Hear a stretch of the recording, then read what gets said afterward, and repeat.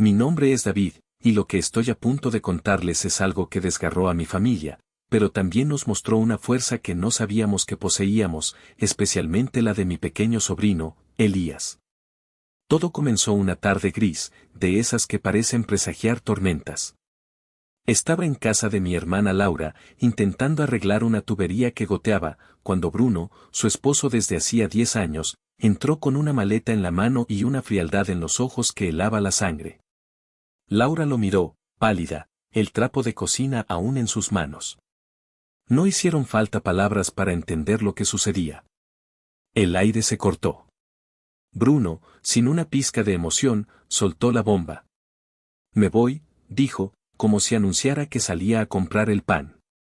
Luego, mirándola fijamente, añadió la frase que se quedaría grabada en mi memoria y en el alma de mi hermana para siempre: yo me llevo a Zeus. Zeus era su Golden Retriever, un perro que habíamos adoptado antes de que naciera Elías, prácticamente un miembro más de la familia. Hizo una pausa, casi teatral, antes de rematar: tú te quedas con el niño. Sentí como la rabia me subía por el cuerpo, una oleada caliente de incredulidad y furia. ¿Así de simple? Como si Elías fuera un objeto, un trasto viejo del que uno se deshace sin más. Antes de que pudiera articular palabra, o de que Laura pudiera reaccionar más allá del shock que la paralizaba, apareció en escena Juana, la madre de Bruno. Siempre estaba ahí, acechando, con sus perlas falsas y su sonrisa de suficiencia. Se paró junto a su hijo, cruzó los brazos y, con una risita que me revolvió el estómago, comentó: bueno, al menos el perro está entrenado. Y rieron. Los dos. Rieron como si mi sobrino fuera una carga, un juguete defectuoso que le tocaba a Laura, mientras ellos se llevaban el premio. Como si ser madre a tiempo completo en medio de un divorcio fuera la mano perdedora. Vi a Laura tragar saliva, sus ojos llenándose de lágrimas que se negaba a derramar frente a ellos. Se giró, tomó un dibujo de Elías que estaba sobre la encimera, uno donde los tres se daban la mano bajo un sol gigante, y pasó junto a ellos sin decir nada, dirigiéndose a la habitación donde Elías, de apenas 9 años, jugaba ajeno a la tormenta que se desataba. En ese instante, mientras veía a mi hermana alejarse con una dignidad que me partió el corazón, me hice una promesa silenciosa: protegería a Laura y a Elías de todo, especialmente de la crueldad de esas dos personas. Bruno podía llevarse al perro, Juana podía pensar que había ganado. Nosotros nos quedábamos con el niño. Y ese niño, mi sobrino, les demostraría de lo que era capaz. La frialdad con la que Bruno había pronunciado esas palabras, la forma en que había reducido a su propio hijo a una mera posesión intercambiable, encendió en mí una determinación feroz. No permitiría que destruyeran el espíritu de Elías ni la fortaleza de Laura. Este era solo el comienzo de una batalla, y aunque ellos no lo sabían, acababan de subestimar a su oponente más pequeño, pero más valiente. Mientras ayudaba a Laura a empacar las pocas pertenencias de Bruno que quedaban, no podía evitar recordar cómo había comenzado todo. Bruno, al principio de su relación con Laura, parecía el hombre perfecto. Encantador, atento, ambicioso. Recuerdo que Laura estaba radiante, convencida de haber encontrado al compañero de su vida. Yo mismo llegué a pensar que era un buen tipo. Qué equivocado estaba. Con el tiempo, especialmente después del nacimiento de Elías, esa fachada encantadora comenzó a desmoronarse, revelando a un hombre controlador y sutilmente cruel. No eran gritos ni golpes, al menos no al principio. Era algo más insidioso, un desgaste constante, lo que ahora llaman gaslighting. Bruno tenía una habilidad especial para hacer sentir a Laura que ella era el problema. Si ella expresaba una preocupación, estaba exagerando. Si se sentía triste, era demasiado emocional. Si pedía ayuda con Elías o la casa, era una quejumbrosa. Recuerdo innumerables conversaciones con Laura donde ella terminaba dudando de su propio juicio, preguntándose si realmente era ella la que estaba mal. Bruno controlaba el dinero con puño de hierro, cuestionaba cada gasto, incluso los necesarios para Elías. Decidía qué se veía en la televisión, a qué temperatura debía estar el termostato, incluso cómo Laura debía criar a su propio hijo. Si Elías lloraba después de que Bruno le gritara por alguna travesura infantil, la culpa era de Laura por no enseñarle a ser fuerte. Cuando Laura, agotada, le pedía que se involucrara más, él respondía que ya trabajaba lo suficiente para mantenerlos. Yo veía cómo mi hermana se iba apagando, cómo su risa se volvía menos frecuente, cómo sus ojos perdían ese brillo especial. Intenté hablar con ella varias veces, ofrecerle mi apoyo, pero Bruno había tejido una red tan astuta a su alrededor que Laura a menudo minimizaba los problemas o, peor aún, se culpaba a sí misma. Es solo que está estresado por el trabajo, me decía, o quizás si soy demasiado sensible. Me sentía impotente, viendo cómo la alegría de mi hermana era sistemáticamente erosionada. Elías, mi sobrino, a pesar de su corta edad, siempre fue un niño muy observador. Aunque no entendiera completamente la dinámica tóxica, estoy seguro de que percibía la tensión. Notaba cómo Laura se callaba a media frase cuando Bruno entraba en la habitación, cómo evitaba ciertos temas, cómo caminaba de puntillas emocionales para no provocarlo. Recuerdo una vez, Elías tendría unos 6 años, me dijo en voz baja, «Tío David, ¿por qué papá siempre está enojado con mamá?» Esa pregunta inocente me rompió el corazón y confirmó mis peores temores. La gota que finalmente colmó el vaso para Laura, según me contó después entre lágrimas, no fue una gran pelea, sino un comentario aparentemente casual. Bruno había llegado tarde del trabajo, como de costumbre. Elías ya dormía. Mientras Laura le servía la cena, Bruno, sin mirarla, soltó, «Espero que Elías termine sus deberes de ortografía. No quiero que acabe como tú, apenas sobreviviendo». Lo dijo con tal desdén, con tanta frialdad, como si estuviera comentando el clima. Esa noche, Laura supo que no podía más. Supo que tenía que sacar a su hijo, y a sí misma, de ese ambiente destructivo. La decisión de terminar el matrimonio no fue fácil, pero fue un acto de autopreservación y, sobre todo, de amor inmenso por Elías. Y yo estaría allí para apoyarla en cada paso del camino, aunque el camino que se avecinaba sería más duro de lo que imaginábamos. Los días que siguieron a la partida de Bruno fueron una mezcla de alivio y caos. Ayudé a Laura a encontrar un pequeño departamento en un barrio tranquilo, no era lujoso, pero era nuestro, un refugio. Pintamos la habitación de Elías de un azul cielo y colgamos pequeñas luces en forma de estrella en el techo. «Para que las estrellas me cuiden, tío», me dijo con una sonrisita. Laura, que trabajaba como diseñadora gráfica freelance, tuvo que redoblar esfuerzos para cubrir los gastos. Las mañanas eran las más difíciles. Antes, Elías solía ser un torbellino de energía, haciendo 1000 preguntas sobre dinosaurios y el espacio. Ahora, lo encontraba a menudo sentado en silencio frente a su plato de cereal, con la mirada perdida. Había vuelto a tener miedo a la oscuridad, algo que no le pasaba desde el kinder. Muchas noches terminaba durmiendo en la cama de Laura. Yo intentaba estar lo más presente posible. Los recogía de la escuela cuando Laura no podía, los ayudaba con las tareas, jugaba con Elías en el parque los fines de semana. Quería que mi sobrino sintiera que había figuras masculinas en su vida que lo querían incondicionalmente, que no lo juzgaban ni lo menospreciaban. Elías se refugió mucho en sus dibujos. Pasaba horas creando superhéroes, paisajes fantásticos y, con frecuencia, dibujaba a Zeus, el perro que Bruno se había llevado. En sus dibujos, Zeus a menudo llevaba una capa y protegía a una figura más pequeña que representaba a Elías. Me dolía ver cuánto extrañaba a su mascota, otro vínculo roto por la insensibilidad de su padre. Laura, a pesar del agotamiento y la tristeza, mostraba una fortaleza admirable. Se desvivía por Elías, asegurándose de que no le faltara nada esencial, llenándolo de amor y paciencia.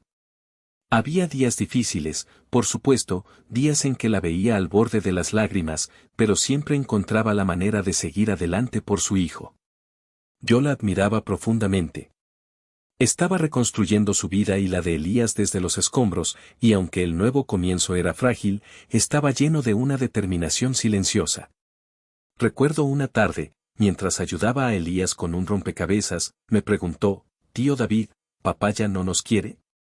Tragué saliva, buscando las palabras adecuadas. Le expliqué que a veces los adultos toman decisiones complicadas, pero que el amor de su mamá y el mío eran incondicionales y para siempre. No sé si entendió del todo, pero me abrazó fuerte. En esos pequeños momentos, en esos abrazos, encontrábamos la fuerza para seguir. Sabíamos que el camino sería largo, pero estábamos juntos, y eso era lo más importante. La tormenta había pasado, pero las nubes de la batalla por la custodia apenas comenzaban a formarse en el horizonte. Justo cuando empezábamos a encontrar una nueva rutina, una apariencia de normalidad, Bruno reapareció. No con una disculpa, ni siquiera con una pregunta sobre cómo estaba Elías. Reapareció con una citación judicial, exigía la custodia compartida. Laura y yo nos quedamos helados.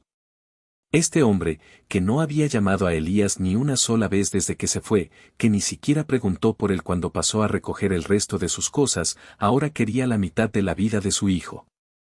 Supimos de inmediato que no era por amor a Elías. Era por control, por imagen, por seguir haciéndole la vida imposible a Laura. Y no estaba solo en esto. Juana, su madre, estaba detrás, moviendo los hilos. Empezó a enviarle correos a Laura, supuestamente preocupada por el bienestar de Elías. Solo me aseguro de que Elías esté comiendo suficientes verduras, se ve un poco hinchado en esa foto de la escuela, escribió una vez. Pura ponzoña disfrazada de preocupación. Luego comenzaron las apariciones sorpresa de Bruno en la escuela de Elías. Llegaba sin avisar, con su sudadera de papá número 1, saludando a los otros padres, dándole a Elías barritas de granola como si fuera el proveedor del año. Elías se veía confundido, incómodo. Dejó de sonreír por las mañanas otra vez. La ansiedad volvía a apoderarse de nuestro pequeño. En casa, Elías comenzó a hacer preguntas más difíciles, preguntas que reflejaban la manipulación de su padre. ¿Por qué papá dice que tú no quieres que lo vea?, le preguntó a Laura una noche. ¿Le dijiste que tengo miedo de su casa? ¿Es malo llorar cuando extraño a Zeus? Esa última pregunta nos partió el alma a Laura y a mí. Extrañaba tanto al perro que había empezado a dibujar a Zeus en las fotos familiares, siempre entre él y Laura, casi como un protector. Pero lo peor vino después. Bruno empezó a enviarle mensajes de texto directamente a Elías, mensajes diseñados para ponerlo en contra de su madre. Cosas como, tu mamá dijo que no otra vez. Sorpresa. O, ojalá pudiera verte más, pero tu mamá quiere mantenerte alejado. Era una alienación parental de manual. Laura se sentía desesperada. ¿Cómo le explicas eso a un juez? Parecía como intentar demostrar la existencia de un fantasma. Laura, con mi apoyo incondicional, contrató a una abogada, Diana. Era una mujer sensata, directa pero compasiva. Nos advirtió que, a menos que hubiera pruebas contundentes de abuso o negligencia, los jueces solían inclinarse por la custodia compartida. Necesitamos evidencia sólida, nos dijo. Esa palabra, evidencia, nos perseguía. El daño que Bruno infligía era sutil, a través del tono, de mentiras disfrazadas, de una erosión constante del bienestar emocional de Elías. Laura comenzó a documentarlo todo meticulosamente. Guardaba capturas de pantalla de cada mensaje manipulador, anotaba cada incidente, cada comentario fuera de lugar de Bruno o Juana. Yo la ayudaba a organizar la información, sintiendo una mezcla de rabia por lo que Bruno estaba haciendo y de admiración por la tenacidad de mi hermana. Sabíamos que la batalla sería cuesta arriba, pero no íbamos a rendirnos. Elías merecía una infancia tranquila y feliz, lejos de la toxicidad de su padre. Y estábamos decididos a dársela, costara lo que costara. La tensión en casa era palpable a medida que se acercaba la primera audiencia. Laura apenas dormía, revisando una y otra vez los documentos, las capturas de pantalla, cualquier cosa que pudiera servir de prueba. Yo intentaba mantener el ánimo, asegurándole que la verdad saldría a la luz, aunque por dentro también sentía un nudo de ansiedad. Elías, por su parte, se había vuelto aún más callado, como si llevara el peso del mundo sobre sus pequeños hombros. Una noche, unas 2 semanas antes de la audiencia, entré a la habitación de Elías para darle las buenas noches. Lo encontré sentado en la cama, con la cara pálida como el papel, sosteniendo su tablet con manos temblorosas. Tío David, me dijo con un hilo de voz, creo que papá no quería que yo viera esto. Me acerqué y me mostró la pantalla. Eran mensajes de texto, una conversación de Bruno. Pero no eran los mensajes manipuladores que solía enviarle a Elías. Estos eran diferentes, mucho peores. Bruno estaba hablando con alguien más, quizás su nueva pareja, o uno de esos amigos con los que compartía sus lamentables historias de pobre padre soltero. Y, por error, había enviado esos mensajes a la conversación que tenía con Elías. Empecé a leer, y sentí cómo se me revolvía el estómago con cada palabra. No aguanto más a ese mocoso, es tan blando como su madre, decía uno. Ojalá pudiera terminar con esto de la custodia para recuperar mi vida de verdad, decía otro. Y luego, el peor de todos, el que me hizo hervir la sangre, llora como un bebé, igual que su madre. Inútil. Solo quiero que me den más tiempo con él para poder arreglarlo.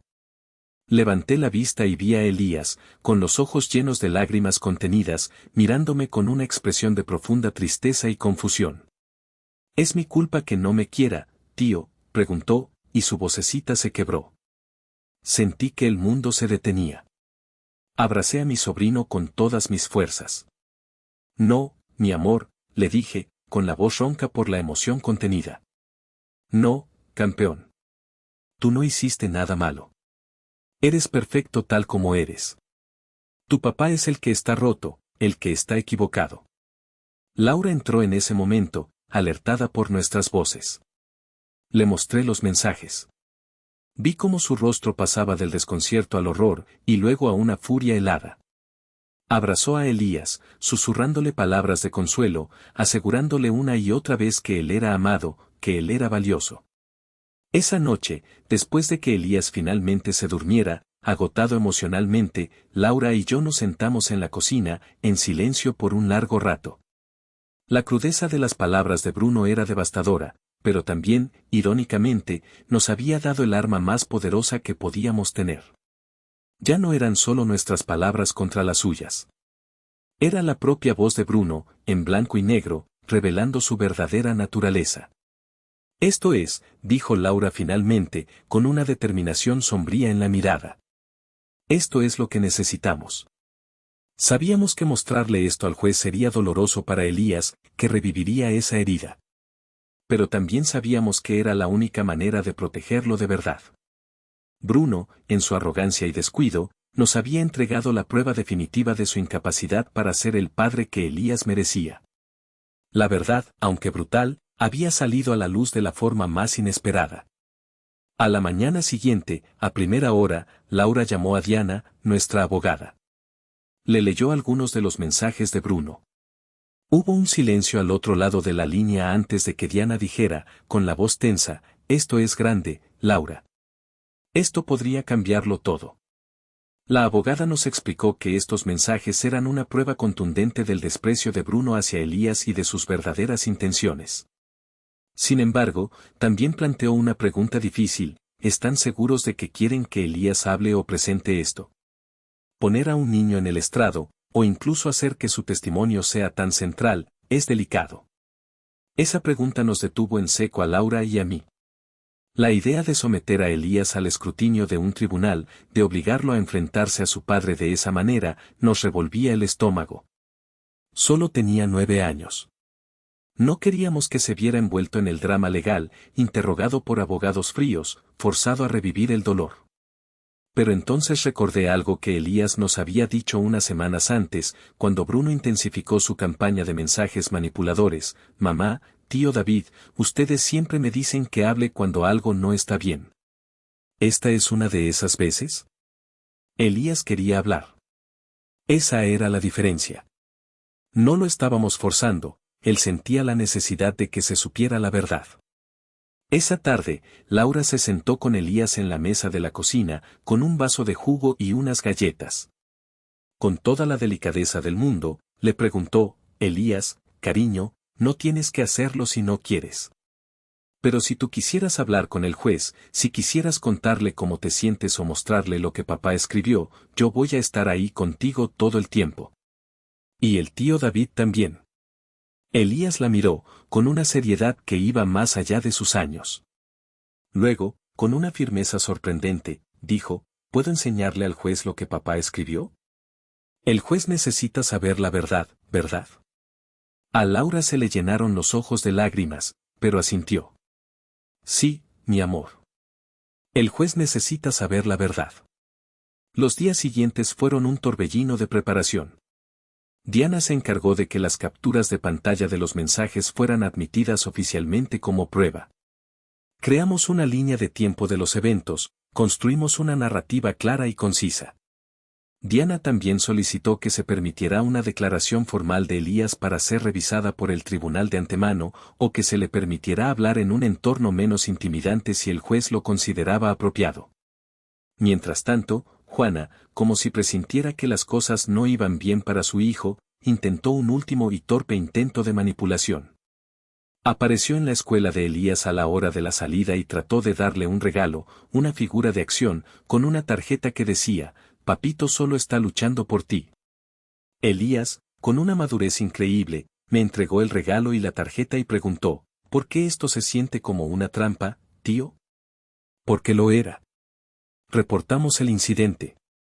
Diana presentó una queja formal. Bruno, como era de esperar, le envió un mensaje a Laura acusándola de usar a Elías en su contra, de alienar a un hijo de su padre. La clásica proyección. Pero Laura ya no caía en sus provocaciones. En lugar de eso, mantuvimos a Elías cerca, hablamos mucho con él, no sobre los detalles legales, sino sobre cómo se sentía, que le asustaba, que le daba fuerza. La noche antes de la audiencia, Elías no podía dormir. Estaba acostado junto a Laura, en silencio en la oscuridad. «¿Y si el juez no me cree, mamá?», susurró. Laura le acarició el cabello. «La verdad no necesita ser ruidosa para ser real, mi amor. Solo habla desde tu corazón. Eso es todo lo que necesitas hacer». Elías no dijo nada más, pero tomó la mano de su madre y la apretó con fuerza. Yo, desde el umbral de la puerta, sentí un nudo en la garganta, una mezcla de orgullo y temor. Mañana, la voz de un niño intentaría mover montañas. El juzgado era más frío e impersonal de lo que había imaginado. Las paredes de color beige, las sillas rígidas y un olor persistente a papel viejo y café rancio. Pero lo que más recuerdo de esa mañana era el silencio. Ese silencio denso, expectante, que precede a la entrada de un juez, donde puedes oír el crujido de cada papel y el latido acelerado de tu propio corazón. Elías estaba sentado a mi lado, en la mesa del demandante junto a Laura y Diana. Sus pies apenas tocaban el suelo y los balanceaba ligeramente, intentando parecer valiente. Sostenía un pequeño cuaderno en su regazo, donde habíamos practicado su declaración, por si acaso. Sus tenis rojos favoritos asomaban bajo sus pantalones bien planchados, decía que le daban valor. Veía cómo apretaba sus pequeños dedos. Al otro lado de la sala, Bruno estaba erguido, perfectamente ensayado en su traje a medida. Lanzó una mirada fugaz a Elías, pero rápidamente la desvió. Juana estaba sentada detrás de él, con los labios apretados y los ojos escrutando la sala como si ella fuera la que estuviera siendo juzgada. Su arrogancia habitual parecía un poco disminuida. Cuando el juez finalmente entró, todos nos pusimos de pie. Era un hombre de mediana edad, con una expresión seria. Miró el expediente que tenía delante, nuestro número de caso, nuestros nombres y la pila de documentos que habíamos presentado. No sonrió. No necesitaba hacerlo. Después de las formalidades, la abogada de Bruno se puso de pie para hablar primero. Era pulcra y confiada, exponiendo una narrativa que ya habíamos oído 1000 veces. El señor Bruno Carter busca un tiempo de crianza equitativo, enfatizando la rutina y el equilibrio emocional para el niño. Ha demostrado un interés constante en el bienestar de Elías. ¿Interés constante? No había llamado a Elías en su cumpleaños. No había preguntado por sus alergias. Ni siquiera sabía que Elías todavía dormía con su lamparita de noche. Apreté la mandíbula y permanecí en silencio. Luego fue nuestro turno. Diana se levantó con calma mesurada. Su señoría, solicitamos la custodia física y legal principal. Hemos presentado evidencia documentada que muestra comunicaciones y comportamientos preocupantes por parte del señor Carter, incluyendo mensajes enviados directamente al menor. El juez levantó una ceja. ¿Al menor? Diana asintió. Sí, su señoría. Y con el permiso del tribunal, a Elías le gustaría hablar. Hubo una pausa muy real. El juez se inclinó ligeramente hacia adelante, mirando directamente a mi sobrino. ¿Estás seguro, hijo? Elías me miró, luego a Laura. Le dimos el más leve asentimiento. Lentamente, se puso de pie. Quiero decir algo, dijo, su voz suave pero clara en el silencio de la sala. El juez le hizo un gesto para que se acercara. Adelante, Elías. Tómate tu tiempo. Caminó lentamente hacia el frente de la sala, con su cuaderno en la mano. Sus manos temblaban visiblemente, pero se mantuvo erguido, más alto de lo que nunca lo había visto. Abrió el cuaderno y respiró hondo. Mi papá me envió unos mensajes, comenzó. Creo que no eran para mí, pero los vi, y creo que el juez debería saberlo. La sala quedó inmóvil. Diana le entregó al alguacil las capturas de pantalla impresas. El juez comenzó a hojear las páginas mientras Elías, con una copia en sus manos, leía las palabras en voz alta. No aguanto más a ese mocoso para poder recuperar mi vida de verdad, leyó Elías, y su voz se quebró ligeramente. Levantó la vista hacia el juez. Estaba hablando de mí. Un jadeo ahogado provino de la galería. Juana se removió en su asiento, repentinamente pálida. La abogada de Bruno se giró hacia él, con la boca ligeramente abierta. ¿Y Bruno? Bruno solo se quedó allí, mirando fijamente la mesa, con la mandíbula tan apretada que parecía que iba a romperse. Elías continuó, con una valentía que me llenó de lágrimas los ojos. Llora como un bebé, igual que su madre. Inútil. Levantó la vista de nuevo. Mi mamá no llora todo el tiempo. Ella es fuerte. Ella me ayuda cuando tengo miedo. Y yo no soy inútil. Silencio. Un silencio pesado, denso, cargado de la verdad cruda que acababa de ser expuesta. El juez juntó las manos sobre su escritorio. Gracias, Elías. Eso fue muy valiente. ¿Hay algo más que quieras decirme? Elías dudó un instante, luego dijo con una claridad sorprendente, no quiero vivir en un lugar donde sienta que soy un problema. Solo quiero sentirme seguro. Y eso fue todo. Caminó de regreso hacia nosotros. Laura lo abrazó con fuerza, y yo le revolví el pelo, susurrándole, lo hiciste perfecto, campeón. Él asintió contra el hombro de su madre, aferrándose un poco más fuerte de lo habitual. En ese momento, supe que habíamos ganado más que un caso judicial. Habíamos ganado la oportunidad de Elías de ser escuchado, de ser validado. El juez se aclaró la garganta y miró directamente a Bruno. Señor Carter, dijo, su tono notablemente más agudo, ¿tiene alguna explicación para estos mensajes? Bruno comenzó a balbucear algo, pero su abogada lo interrumpió rápidamente, solicitando un breve receso. El juez lo negó con un movimiento de cabeza. He visto suficiente, dijo con firmeza. La responsabilidad de este tribunal es actuar en el mejor interés del niño. Y basándome en la documentación, el testimonio y la increíble honestidad de este niño, hoy otorgo la custodia física y legal completa a la señora Laura Carter. No lloré. No allí. Solo cerré los ojos y respiré profundamente por primera vez en meses. Sentí la mano de Laura apretando la mía con fuerza. Miré a Elías, y él me sonrió, una sonrisa pequeña pero genuina. Bruno no discutió. No hubo ninguna explosión de ira, ninguna súplica. Simplemente se quedó mirando al suelo, acorralado por sus propias palabras, por la verdad que su hijo había tenido el coraje de revelar. Juana se levantó para irse incluso antes de que se levantara la sesión formalmente, su optimismo de pan de plátano completamente desaparecido, su rostro una máscara de amargura. Al salir del juzgado, el sol parecía brillar con más intensidad. Elías tiró de la mano de Laura. «¿Podemos ir por unos hotcakes ahora?», susurró. Laura rió, una risa genuina, liberadora. Absolutamente, mi amor, respondió. Y yo sonreí. Los hotcakes sonaban como la mejor celebración del mundo. No hablamos del tribunal en el camino a casa. Elías bajó la ventanilla del coche y dejó que el viento le alborotara el pelo, como si nada hubiera pasado. Como si no acabara de exponer el lado más oscuro de su padre frente a un juez y una sala llena de extraños. Como si no acabara de cambiar el curso de nuestras vidas. Pero así son los niños, supongo.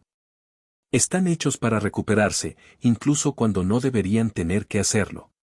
Los documentos finales del tribunal llegaron 2 semanas después, confirmando todo. Custodia total para Laura. Visitas supervisadas para Bruno, pendientes de la evaluación de un terapeuta familiar y un seguimiento continuo, lo que significaba que no vería a Elías por mucho tiempo, quizás nunca más, a menos que hiciera cambios drásticos. No los hizo.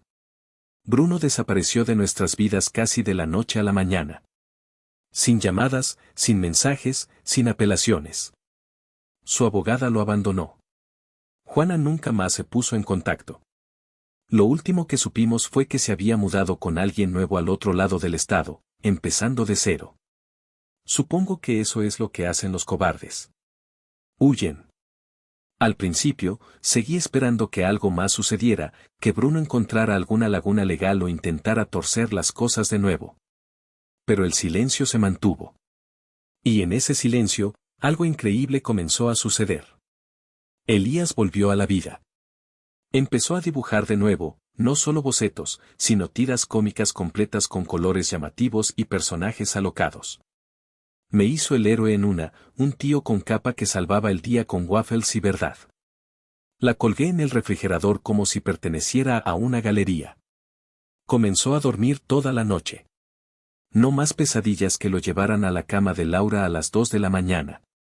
Se reía más. Volvió a hacer preguntas sobre el espacio y el océano y si los dinosaurios tenían ombligo. El brillo regresaba a sus ojos. ¿Y Laura? Ella empezó a respirar de nuevo, respiraciones profundas y reales. Consiguió nuevos clientes, empezó a ahorrar para las clases de fútbol de Elías y quizás, algún día, para un piano. Incluso se unió a un club de lectura. A veces la gente me pregunta si odiamos a Bruno. La verdad es que no hay espacio para el odio. Lo que sentimos es tristeza por el padre que Elías podría haber tenido y nunca tuvo. Pero ya no cargamos con su peso. Dejamos de hacerlo el día que Elías se levantó por sí mismo y dijo la verdad. Ese día en el tribunal no solo cambió un acuerdo de custodia, le devolvió a mi sobrino su voz y a mi hermana, y a todos nosotros, nuestra vida. Bruno se llevó al perro, pensando que se llevaba lo mejor o que nos dejaba con la carga. Pero se equivocó. Nos dejó con lo más valioso, un niño que, a pesar de todo, eligió la verdad y el amor. Hoy, cuando veo a Elías correr por el parque, riendo a carcajadas mientras intenta enseñarme algún nuevo truco con su patineta. O cuando lo escucho debatir apasionadamente con Laura sobre si los extraterrestres prefieren la pizza de pepperoni o la hawaiana, sé que tomamos las decisiones correctas. La vida no siempre es fácil, y las cicatrices, aunque sanen, a veces tiran un poco, recordándonos por lo que pasamos. Pero esas cicatrices también son un testimonio de nuestra resiliencia, de la fuerza que se encuentra en la unidad familiar y en el coraje de alzar la voz, incluso cuando esa voz es pequeña y tiembla. La verdad tiene un poder inmenso. A veces tarda en salir, a veces necesita un empujoncito, y otras veces, como en nuestro caso, llega de la forma más inesperada, a través de los ojos y la voz de un niño que simplemente quería sentirse seguro y amado. El coraje de Elías ese día en el tribunal no fue solo el de un niño leyendo unos mensajes, fue el coraje de defender su propia dignidad, de reclamar su derecho a una infancia sin miedo. Si estás pasando por algo similar, si sientes que la manipulación y la crueldad te están ahogando, recuerda nuestra historia. Busca apoyo, documenta todo, y sobre todo, escucha a los niños. Ellos ven y sienten mucho más de lo que a veces les damos crédito. Protege su inocencia, pero también confía en su fuerza. El amor y la decencia, al final, siempre encuentran la manera de prevalecer sobre la oscuridad. Gracias por escuchar nuestra historia. Si te ha conmovido o conoces a alguien que podría necesitar escucharla, por favor, compártela. A veces, saber que no estás solo es el primer paso hacia la luz.